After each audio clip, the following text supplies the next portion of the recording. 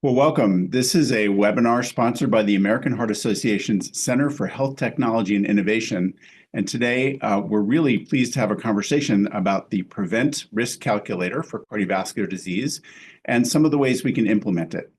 My name is Dr. Donald Lloyd-Jones. I'm a cardiologist and epidemiologist, the principal investigator of the Framingham Heart Study here at Boston University Medical Center. And I'm so pleased to be joined by three really stellar panelists today. So I will briefly introduce them, but we'll learn a little bit more about them as we get into our discussion today. Sadia Khan is professor and director of the Center for Population Science and Aging at Northwestern University's Feinberg School of Medicine. Dr. Majid Bassett is chief medical informatics officer at UT Southwestern. And Tushar Parlikar is co-founder and CEO of Porter Health.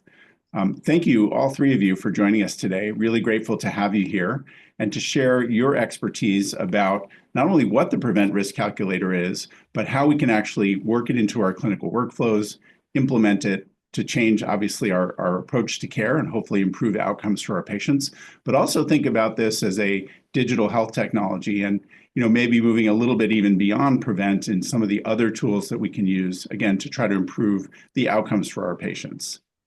So I'll just briefly remind people what the Prevent Risk Calculator is, and then we'll talk about its development and some of the unique features of this new risk tool. So as you know, guidelines for the prevention of cardiovascular disease for the last 25 years or so, particularly focused on lipid management, but increasingly that is creeping out to other types of management as well, have focused on risk-based prevention of cardiovascular events, meaning looking at the whole patient, all of their risk factor burden, trying to actually quantify what their risk is for 10 years or maybe even further out, and now 30-year risk estimates, to understand who's at higher risk levels and who's at lower risk levels. Because of course, we're gonna have more benefit on net if we choose patients who are at higher risk, especially in the near term, for selected therapies. What I mean by benefit, of course, is we want to select those people who are most likely, where if we implement a drug strategy, we're actually going to prevent a heart attack or stroke, or even a heart failure event, and less likely to actually have an adverse effect from that drug be the problem that they develop. So prevent the event, try to minimize the side effects, and optimize that equation between potential benefit and potential harm. Quantifiable risk estimates can really help us zone in on those patients who are most likely to get the highest net benefit. We've seen a number of iterations of risk scores, the Framingham risk score, then in 2013, the pooled cohort equations, and then in late 2023, the American Heart Association rolled out a new platform of risk equations called the Prevent risk equations.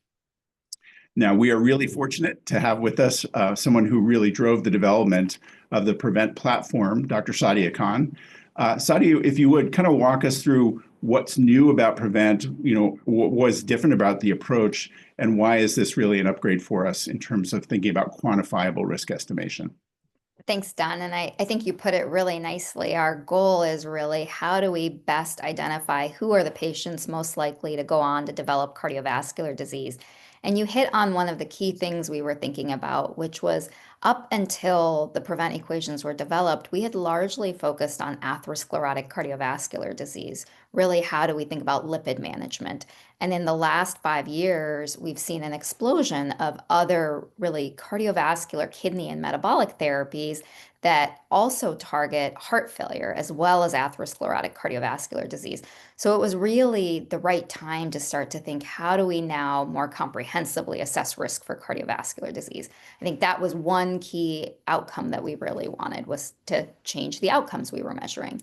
The second piece was, who are we identifying risk in? This had been traditionally done in middle-aged to older adults, 40 to 75. I think, again, we are seeing younger and younger patients that are developing risk for cardiovascular disease. I think, as you commonly say, marinating their arteries and cholesterol that is building into their risk for cardiovascular disease, that starts really early. And so shifting that time frame to be able to incorporate younger adults was another key focus. And the third and really critical piece was, how do we make sure that the models are developed on the same group of patients that we want to use them in? Make sure the models are developed on contemporary populations, that they are developed in diverse populations. So include a broad racial and ethnic group of United States adults that we will then be applying the models to. And then third, can we make sure we have a large enough sample so that the equations that we get are generalizable and are accurate and precise, not just in the test settings, but also out in the real world. And we're really excited that the equations that we've been able to put together, because we were able to leverage research cohorts and electronic medical record data that really reflect a contemporary population of patients over the last really 15 years, to be able to develop a model that's accurate and precise. As we talked about, the prevent equations have multiple outputs. It's really a platform. So the models enable risk assessment for 10-year and 30-year cardiovascular disease, atherosclerotic cardiovascular disease, and heart failure outputs. So it helps tailor to the circumstance that you're interested in. Most recently, the blood pressure guidelines incorporated the CVD outcome for 10-year risk, because our goal with blood pressure lowering is to lower the risk of cardiovascular disease. As we set about developing these equations, we also thought a lot about how we evaluate their performance in key subgroups, both due to clinical conditions, and we looked at patients with diabetes and without diabetes, with kidney disease and without kidney disease, as well as across demographic groups. And we saw consistent discrimination, or ability to rank order who's at high risk, and calibration, really matching that observed and predicted rates. So we ended with a model that we hope is ready for use, but as everyone on this call knows, and I think we're going to hear a lot more about, we have a bunch of equations and math, but now we need to get it into the hands of clinicians, patients, and really be able to get it implemented. Sadia, what a wonderful overview. Thank you so much. I think it might be useful to kind of briefly talk about, there's some different inputs here, right? Not just the traditional risk factors that were included in Framingham or the pooled cohort equations, but actually expand beyond that. And I think it drives to why we want to predict not just atherosclerotic cardiovascular events, but broader and including heart failure. Yeah, great point. Some of the genesis of where the prevent equations came from was through the development of the new construct of the cardiovascular kidney metabolic syndrome, and this growing awareness that kidney disease is a really important risk factor, and it can be measured both with serum creatinine and estimated glomerular filtration rate, or eGFR, which is in, as you mentioned, the base model. But there's also add-on models, and one of the measures in the add-on models is urine albumin creatinine ratio, which we know is indicated for screening for patients with hypertension, diabetes, as well. And so using that can more accurately refine risk for those patients. There's also two other optional add-on predictors: hemoglobin A1C for patients with diabetes, and then a zip code-based measure for social deprivation index, to start to begin the conversation about how place-based factors influence cardiovascular disease risk as well. Yeah, really a wonderful model. And, I want you to brag a little bit. 6.5 million patients went into the derivation and the validation of this model. This was a lot of work. How's it playing out when these models are now applied to external populations? How do they work? Are they meeting the goals that we like to see in terms of, as you mentioned, those metrics of discrimination, of calibration? If we predict a certain level of risk, for a patient or a group of patients, is that what's observed in 10 years and 30 years? How is that playing out? Yeah, great question. It's probably one of the most interesting things to see since the publication of the model. There have been several different external validation analyses, both within the US and outside the US. And I think the outside the US is really interesting when you think about how well a model performs that was trained on American adults. Within the US, we've seen large health systems show very similar observed and predicted rates generally. There have been a few outliers, and there's probably a lot of different reasons for that we can go into around how events were ascertained, how events were coded. But what we've largely seen, and I would say generally within a plus or minus 20% up or down gradient, that the risk estimates are playing out what we would expect to see over the next 10 years. And I think that's really helpful. It's reassuring to see that even when you're testing outside the population the model was trained in, when you're looking at different race and ethnic subgroups, even disaggregated Asian and Hispanic subgroups. And I think we know that there is differential risk that are observed, particularly in South Asian Americans, that these models are doing a good job at estimating risk based on the predictors. And so then when we go back and we look at the core predictors that we're looking at, incorporating diabetes risk. So we're probably capturing a lot of the upstream risk that is different across racial and ethnic groups by being able to see that. Outside the US, we've seen model validation in the UK, in Australia, in Japan. Again, very similar, observed and predicted, largely for ASCVD, some variation for heart failure. And of course, there's a lot of nuances to what types of heart failure we're capturing. That's probably a much longer conversation as well. So Sadia, maybe one more point that I'll ask you about. Why would a clinician want to upgrade to Prevent? Compared to the PCEs, how's the performance of Prevent? Yeah, that's a great point as well. One of the things that we knew going in was that in recent years, the pooled cohort equations overestimates risk by about twofold. The derivation data for the pooled cohort equations came from historical cohorts. At the time, we were trying to use observational research cohorts, and so they were from the 80s, and the data there suggested that the risk was higher for cardiovascular disease, which didn't match a contemporary population. So we right-sized that risk, but it's a really important point because when you switch, all of a sudden it may seem like you've halved the risk for your patient, but it's not necessarily halving the risk. It's just that the risk estimate is now half of what the PCEs was predicting. And I think in the hypertension guidelines that you alluded to earlier and in a companion document to those guidelines, we saw a nice discussion, which again was authored by you, but a nice discussion of why the thresholds for decision-making around preventive therapies might change in the context of this new risk score. Yeah, super important that the model doesn't define the risk threshold, and so we need new risk thresholds. We've got them for blood pressure. We need them still for cholesterol. Yeah, wonderful discussion. Thank you so much, Sadia. Before we pivot to thinking about implementation strategies, I want to see Mujib or Tashar if you have any questions or comments about just the development of the Prevent platform and what you think it means. Again, kind of before we talk about implementation. I think it's an exciting time to be in preventative cardiology because as we always we're taught in medical school, the holy grail has always been personalized medicine. And I think Prevent is a step towards that. We've taken these really large buckets that we had historically and have really narrowed them significantly so we provide better recommendations and better care. It is wonderful work. So congratulations, Sadia. Thank you. Yeah, I think that's a great point, and maybe I'll emphasize it again. Whether we're talking about the 2013 guidelines, the 2018-19 guidelines, or the now 25 guidelines for hypertension, with more to come. I think it's fair to say from ACC and AHA. I think we really are getting closer to personalized medicine. We start with this quantitative risk estimation now using Prevent.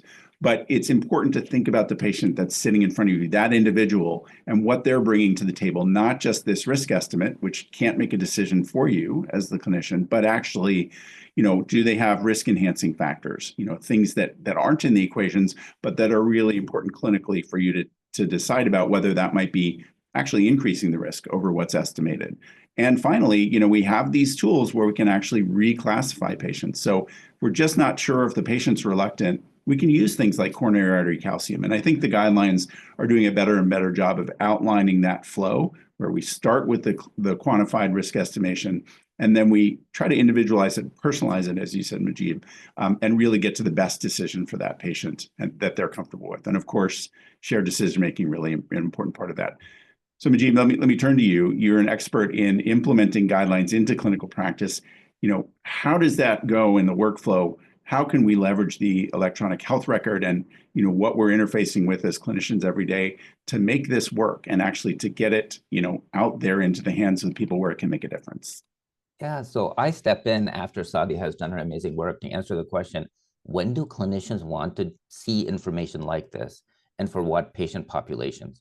And how do we escalate that under two ideal workflows? One is the one-on-one interaction when I'm seeing a patient, I would like these complex, increasingly more complex calculations available to me in a way that I can have a conversation with the patient to say, hey, here is your risk in a very explainable way, and here's what we could do to modify it, and here's what will happen to your risk if we successfully do these modifications.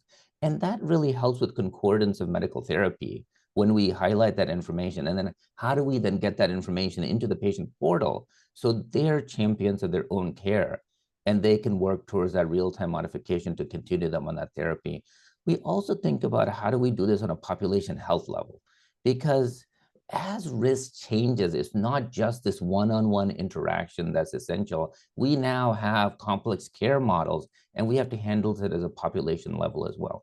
And some institutions favor one, and other institutions favor another. There is no right or wrong answer to this. Ultimately, we want to get providers and patients who are identified to have certain risk factors so we can modify that risk over the long term, which is fundamentally what physicians do. We react to acute conditions and help fix those acute conditions, but we want to prevent those acute conditions from happening, and Prevent really helps highlight that. When I look at this from an implementation standpoint, I say, what is the usability standard that we want to display this information?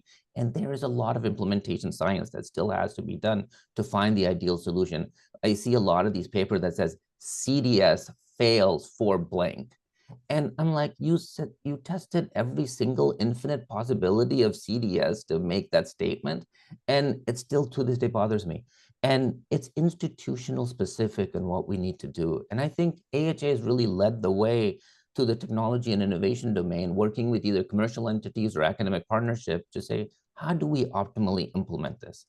And what can we do to provide multiple options for people to do that?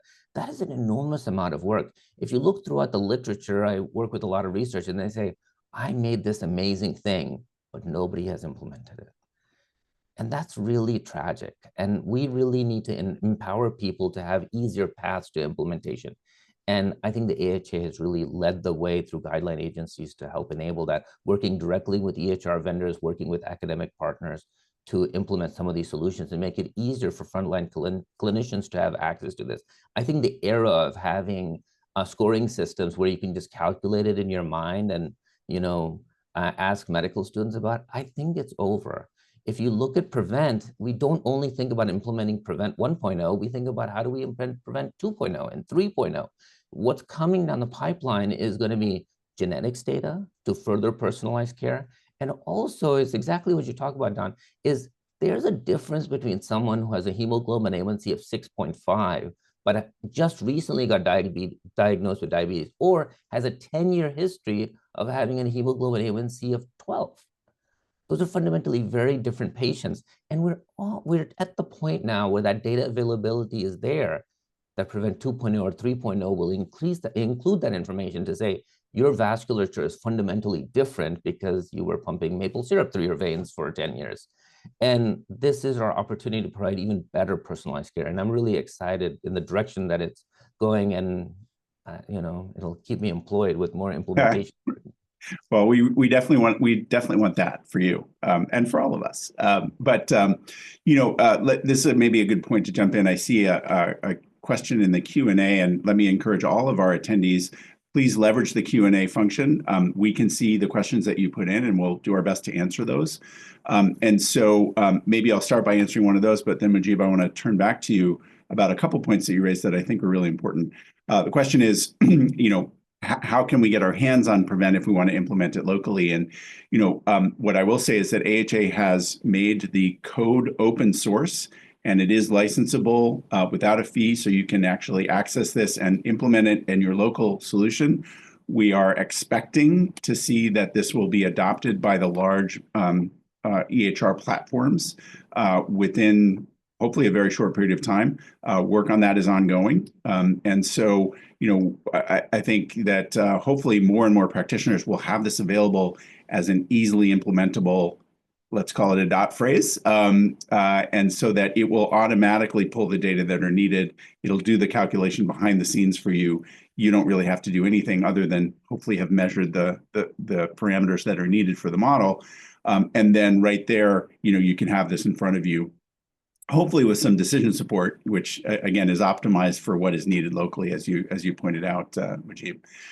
So, you raised a couple points there that I think are really important, maybe to circle back on. One is, this importance of personalization and maybe even moving towards dynamic risk estimation, right? So that not just measuring this once, but actually coming back a year later, updating the risk factor variables to understand how that risk estimate, which was originally here, may have changed because of the interventions that we've done, or how the patient has changed over the course of that year. Talk about how that can be incorporated into the clinical workflow. We're not there yet, but hopefully that's coming. Yeah, I think risk estimation that we have right now suffers from one core thing as a practicing clinician, is that when I take the right action, the risk score doesn't change. And that's really difficult when we get assessed on this. I see models that are implemented in the EHR, and I said, this person has a risk of a cardiovascular admission. That risk is extremely high. They're already seeing me. I've done everything right, and the model still says they're high. Yeah. And I think that's the change that has to happen. How does adopting the guideline change your long-term risk? And now that we have larger and larger data sets, we can actually respond to that and provide that guidance information. This is your estimation. Then we have to ask the question, when do I need to reassess this patient? Mm-hmm. And what do I need to do to evaluate them when they're not in our direct care? What do we do when we're at home? And I think that shared journey is really shifting the way we practice medicine. Yeah. And it's an exciting time for that, because now we have patient-reported outcomes. We have connected devices that gives us a lot of valuable information. We will have dynamic protocols in terms of how we decide to it. And we're soon going to get AI systems will say, you probably want to see that person sooner. There's something that's changing in their activity or changing in their lifestyle that might give you a hint that they're not on the right trajectory.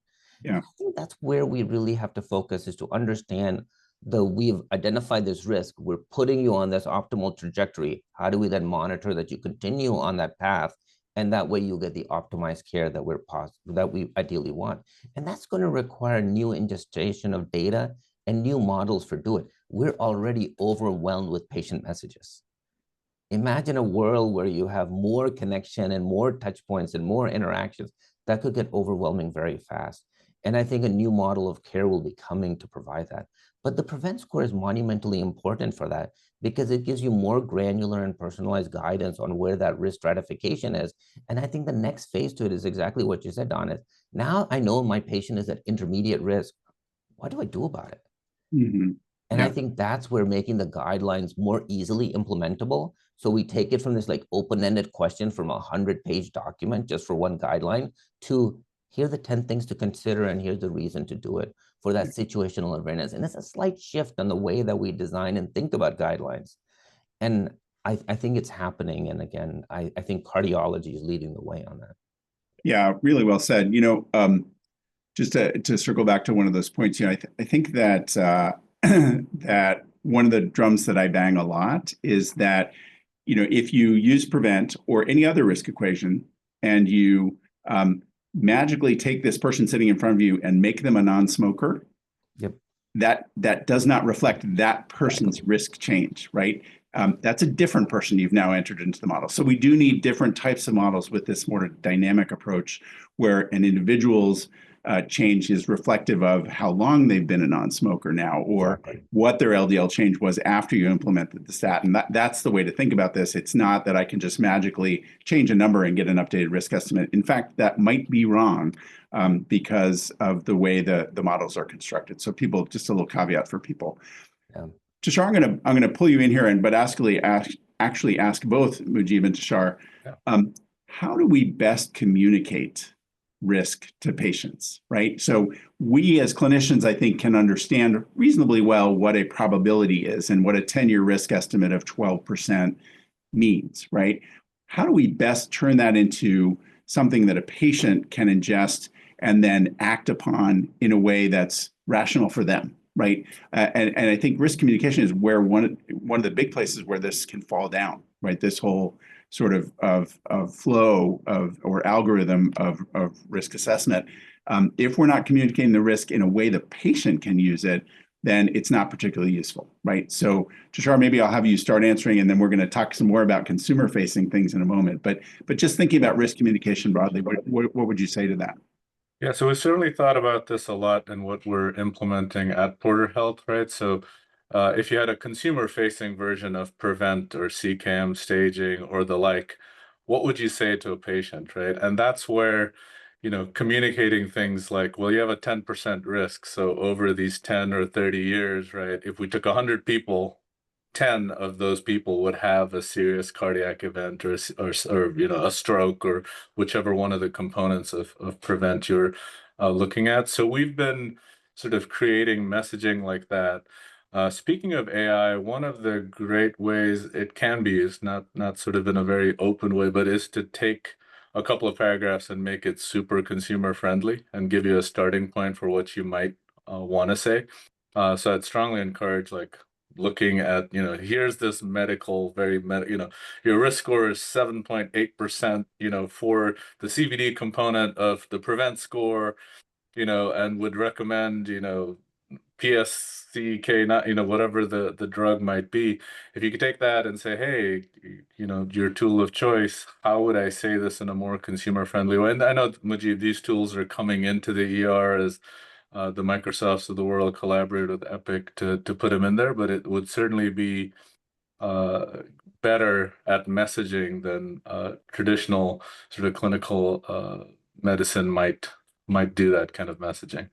But it is a tough problem to solve. On the other piece of how do you track this over time, one of the approaches we're using is, well, you can calculate and look at an LE8 score. And I know Donald's done a bunch of work on this over time, right? But you could look at that. I'm wearing my 8, by the way, and that's So Life's Essential 8, just for those Life's who might Essential not know 8. that. So you can look at those factors and see changes in that score at least live, right? So you're making some lifestyle changes, and then you can come back and try to update the scores as you kind of progress with time. But it's not necessarily the scores need to be updated every, 5 minutes or 1 month, but the LE8 scores, those should show a patient or a user real feedback, like, hey, I did stop smoking, right? And this number did go down or up, right? In that case. So I think those are also ways to communicate better with a patient. Yeah. Do you use things like, icons to show, risk and risk reduction, or concepts like heart age or things like that in your communication strategies? It might, I think patient communication and shared decision-making is a huge amount of work and really opportunity. I try to relate to the patient and understand what they're comfortable with and what their preferred communication level and language is. And knowing what profession they come from is probably the first thing that I ask people. And I try to relate the term into a knowledge domain that they're already familiar with. If you're a mechanic, you can use car terms to describe it. It's like, this is like running your engine without oil. Like, that is something that people can relate to, and it's really challenging. And just like Tushar said, it's a really exciting time with LLMs are good at some things and terrible at other things. But one of the things is scaling knowledge level to the appropriate audience. And they do a fairly good job of drafting a reasonable copy that you can adopt. And just like we talked about personalized medicine, we also have to talk about personalized communication. We had this idea that we have one communication packet for the disease of your type. And that's really unfair. That it's going to go to a physician patient. It's going to go to someone who might not have a high school education. And we need to scale that appropriately. And I think some of the knowledge management companies are starting to do that. There's a cost and communication problem to that. But we're getting there. In the EHR now, there's communication preference. What type of communication do you like? What style of communication like? And soon we'll have level of communication. And when we have that, we'll be able to test it to see if it makes a difference. When I see patients, I just turn the screen to them. It's like, here's your chart. Let's go over it. But the views aren't optimized for that yet. There's some for sure true. Yeah. That's so true, right? There's some really niche companies that are concierge based that are. You go into a room and the only thing you have is you have a giant TV, and you just look at the data together. And I think that's an opportunity for us to improve care, to more include the participation of the patient in that journey. Because as the data And as these models get more complicated, how we display them to patients will become more important. Yeah. Wonderful discussion. Tushar, let me bring you in because you're really an expert in digital health technologies and again, how we can bring this to the consumer and make it useful to them. So what kind of strategies are you employing to do that? You've talked about a little bit of that in terms of how you present the information, but then how do you turn that information into action? Yeah, so one of the pieces you have to do kind of table stakes is calculate these different metrics, right? So we spent a long time from essentially when Sadia and team, and I think that includes you as well, Donald, right, on the original Prevent papers, Yeah, but guilty. implementing them from sort of a spreadsheet version to a version that you could run, in the cloud off of a website. So JavaScript, TypeScript, maybe a Java backend. So we've done that and learned a lot through that implementation. That gets you a score or set of scores that you can use to assess a patient. Currently, we're focused on kind of high risk populations like South Asians. I think Sadia mentioned that group, but we get those risk scores, and then we're able to also assess lifestyle factors, right? On top of that, which is not, lifestyle is not part of Prevent, but it is part of the Life's Essential 8 type of calculators that exist today.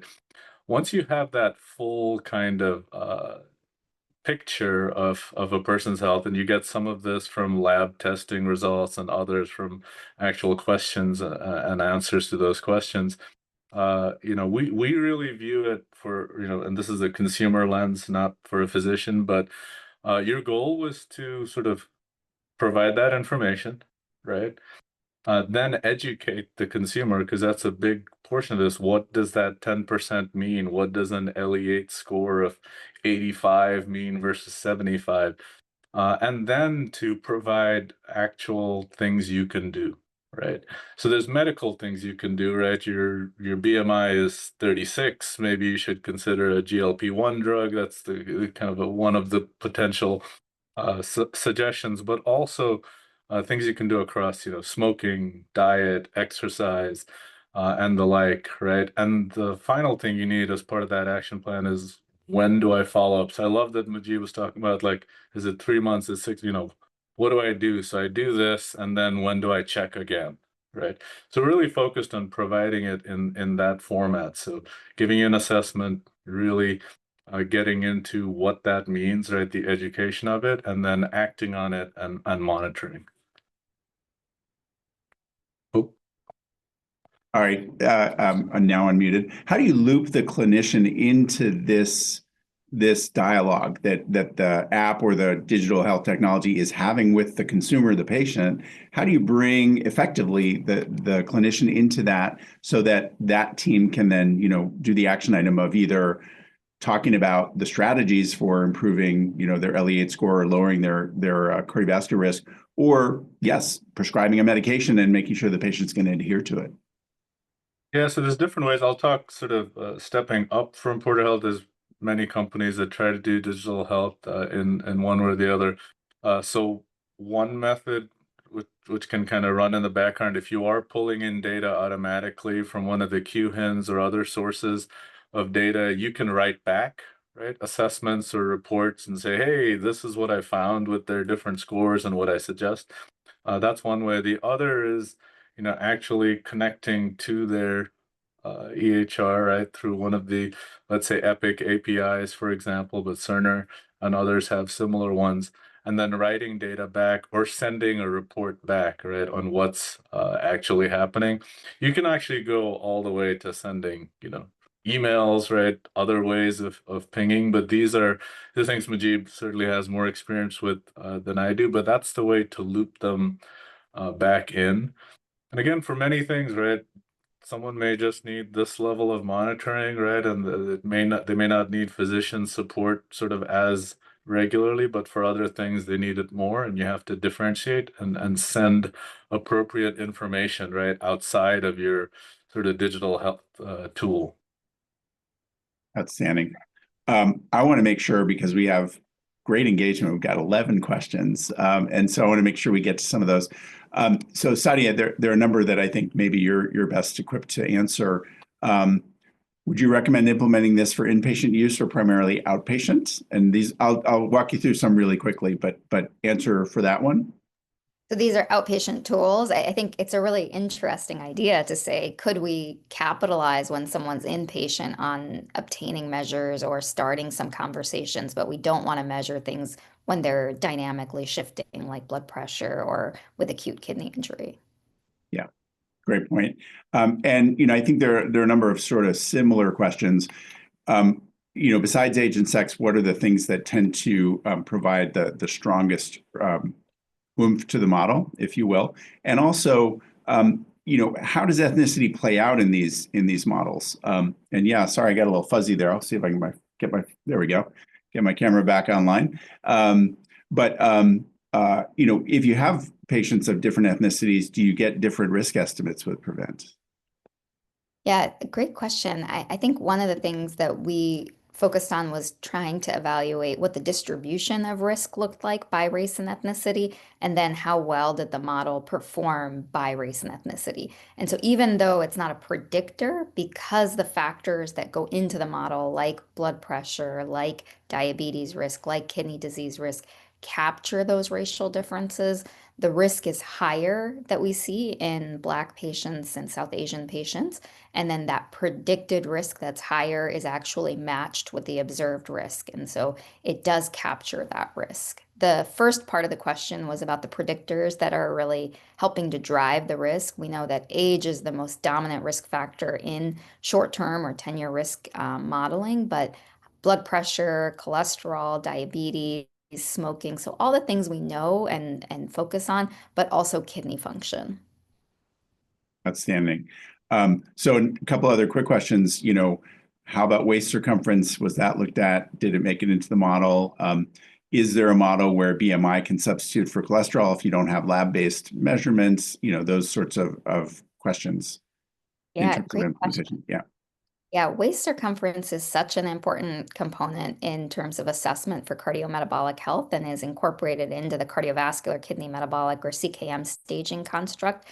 Because we were basing this on large EMR data sets, we didn't have access to waist circumference. So I think that was kind of the first step. As these become measured more routinely and hopefully measured with accuracy and fidelity, there's the potential for, I think, that and maybe other measures. I think body composition is becoming increasingly used as a way to assess. So I think more to come from that perspective. In terms of BMI substituting for cholesterol, we do need the lab values like the pooled cohort equations to be able to estimate risk here. I'll just to take a brief aside to note the really interesting paper. It was actually a research report in JAMA earlier this year, focused on U.S. adults, and what they found was that BMI sadly was a very good predictor of excess adiposity, whereas that may not be true in all parts of the world. High BMI in the U.S. is because of high fat mass, and more than 95% of patients who had high BMI had excess adiposity. So yes, there are those patients who are lean with high BMI because they have high muscle mass. That's pretty easy to identify, but for the vast majority of Americans, a high BMI indicates excess adiposity, unfortunately. So BMI is actually still a reasonably reliable indicator. And as you point out, it's routinely available, and that's really the key in order to make an equation that's going to be useful. Great. So thinking about some of the other questions here. Yeah, so Tushar, there's a question here about CKM. How do we think about the big world of equations, right? Yes. There's CKM, there's Prevent. There are models that can predict type 1 or type 2 diabetes risk. There are models that can, predict your likelihood of, I don't know, stubbing your toe. Yes. Is there too much? And how do we avoid information overload and get the consumer and the patient really focused on what's important here? Yeah, this is the paradox of America, right? There's too much choice, probably in everything. I think the first time when I moved here 30 years ago, looking in the cereal aisle was just crazy, right? So many choices.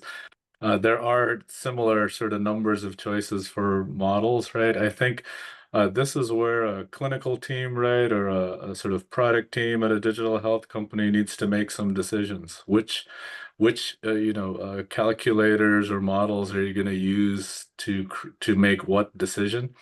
I think one thing I like, and most physicians that I've talked to kind of really abide by this, is, if you're going to make a decision based off of the thing, right, then you should likely measure that thing and track it and use it, right?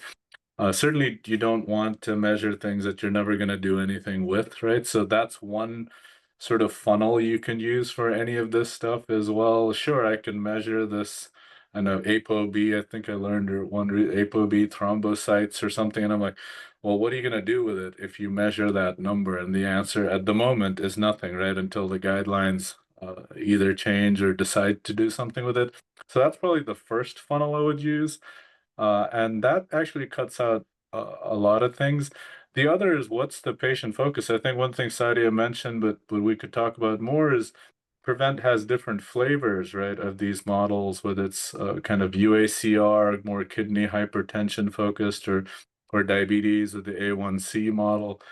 You might decide for a specific group of patients, well, I'm doing sort of all these patients have diabetes, let me use that model, right, versus this other one to track kind of scores over time. So I think there's a lot of ways in which you can reduce the sort of signal to noise ratio with all the different models, but it is overwhelming for consumers, right? And there's a big push for personalized medicine, both from the physician community, but also the consumer community, right? I want this for me. I am young. I am this. I am that. I fit this demographic. Like, why is this? This is just a general piece. That's where some of the additional filtering can happen based on some of those kind of ethnic, race, age kind of factors, right? And what applies best to that person. Well said. Yeah, there's a really nicely crafted question. It's quite long in the box, which maybe I'll take. I think that the question is, again, about dynamic risk and about improvement, and how can we reflect improvement with the various scores, CKM, Prevent, and the Life's Essential 8. And I think it's important to acknowledge that they actually have different roles to play, right? CKM and CKM staging kind of help you organize what your types of approaches are going to be for a patient who has different manifestations. Just for those of you who aren't familiar with the cardiovascular kidney metabolic staging platform, stage 0 would be somebody who really has no clinical risk factors. Stage 1 would be someone who has evidence of excess adiposity. Stage 2, someone who's now transitioned to having metabolic risk factors, hypertension, diabetes, dyslipidemia, and so on. Stage 3 would be someone who has actual subclinical cardiovascular disease or a very high Prevent predicted risk or advanced CKD.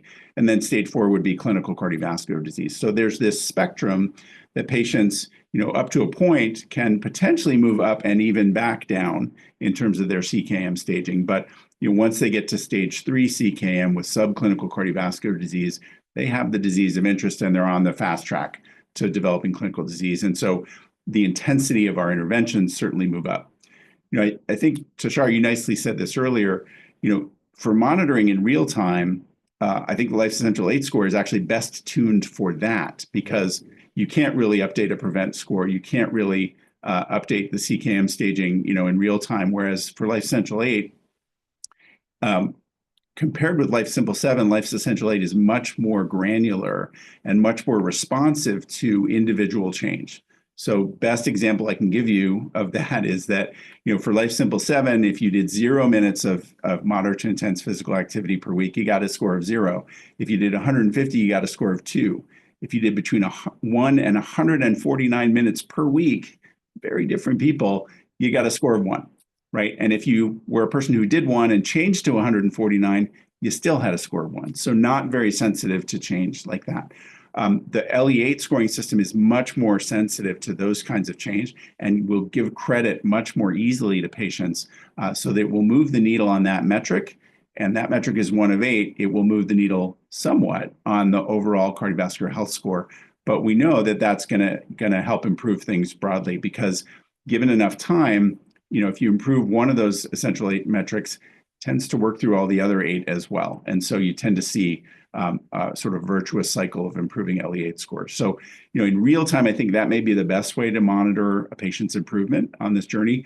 But for clinical decision making, I think the CKM staging and the prevent risk estimation are really what are the better tools for that kind of thing.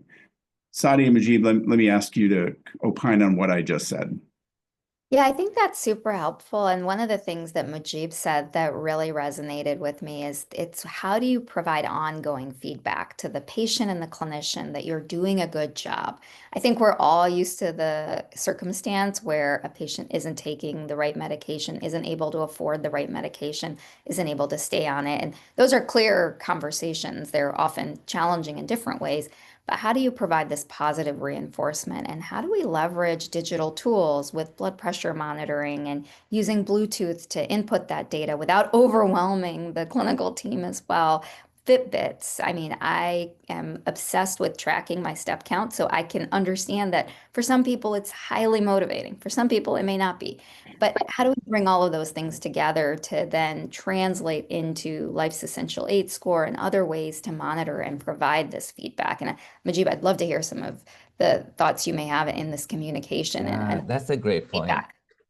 I think there are some applications that do it really well. My kids got me into Duolingo, and its engagement strategy and feedback mechanism is absolutely phenomenal. If you want to see a master class in getting you hooked on something, they do a wonderful job. But it's really challenging. If you look at the startup culture, you go in there and say, I want to do behavior modification, you're just going to be shown the door. It is such a monumentally hard task. And I think we need fundamentally different models for this. The situation that you use these models in, I think is the hardest thing for a lot of people to figure out. And we on the implementation side, first of all, we're so grateful to the Prevent team for picking factors in the Prevent score that are implementable. I can't tell you how many times we see models that are just not implementable at all. That was intentional. I don't think people appreciated when you made that statement is how important that one statement is. It makes the score actually doable in the system from a pop health strategy and as an individual encounter strategy with so many scores are not possible. But that it solves a particular task. And we have so many risk scores. Part of the problem that we have to solve on the implementation side is how do we rank sort them? There have been some small companies that have made, pretty successful businesses, and all they do is they sort results fundamentally. And that's where we're getting to the point, is we have such great knowledge. How do we provide the most important knowledge at the right time so we as providers can have the attention and the right resources which bring maximum value to the patient? And that's a tough task to solve, right? We're now getting to larger and larger operational data sets that help us answer these questions. Because what I really want to know is, what are the top people in the nation doing with the Prevent score? And what are the decisions that they're making afterwards? So I can learn from that and make similarly right decisions. And we're slowly getting there. There you go. Yeah. Sadia, there are a couple of questions in the chat that I'll toss to you. Without giving specific treatment recommendations, there are people who've noticed that they're getting a lower risk estimate with Prevent than they got with the pull cord equations, and there might be implications for therefore decision making. If that happens, and it's going to happen a lot, just based on the populations from which these two different risk scores were derived, should people remove therapies from individuals if they've now fallen below an old decision threshold, or what's the broad recommendation about that?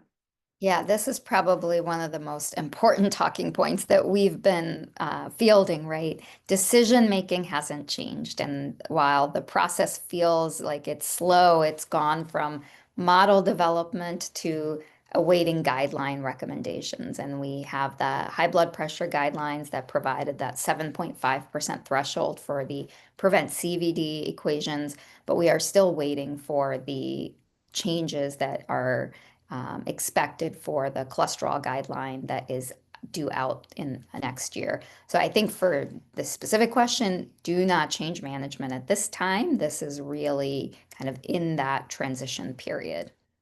And not surprising to see a lower risk estimate when you're using prevent compared with the full cohort equations, again, because of the population in which they were derived. Yep, absolutely. Probably about half of what you're getting from the PCEs you'd be getting with the prevent ASCVD. Yeah. And that's in part why the decision thresholds are changing, at least in the hypertension guidelines. And we'll see what happens with the other guidelines as well. Well, we're getting close to the end of our time. I want to thank just a really tremendous panel. Dr. Khan, Dr. Bassett, Dr. Pawlikar, really wonderful insights. We appreciate you so much. This has been an AHA Center for Health Technology and Innovation webinar focusing on the prevent equations and how we can understand them, but also start to use them and implement them in different settings, including clinical practice, population health, but also consumer-facing products. And I think we're likely to see, as we saw with the hypertension guidelines shifting more towards the implementation, because of the last mile, getting this information to the patient and acting on it is, I think, where actually guidelines fall down most often. And so we're seeing a nice shift in the guidelines more and more towards implementation strategies, and that will rely on our electronic health records, that will rely on our digital health technologies in the consumers, and it will particularly rely, I think, on clinicians' skill sets in communicating risk and communicating the potential benefit of acting on this information. So again, I want to thank our superb panelists and thank all of you for joining us today for this webinar. I hope it's been useful, and we look forward to seeing you on future webinars. Thank you so much. Thank you. Thank you, Don.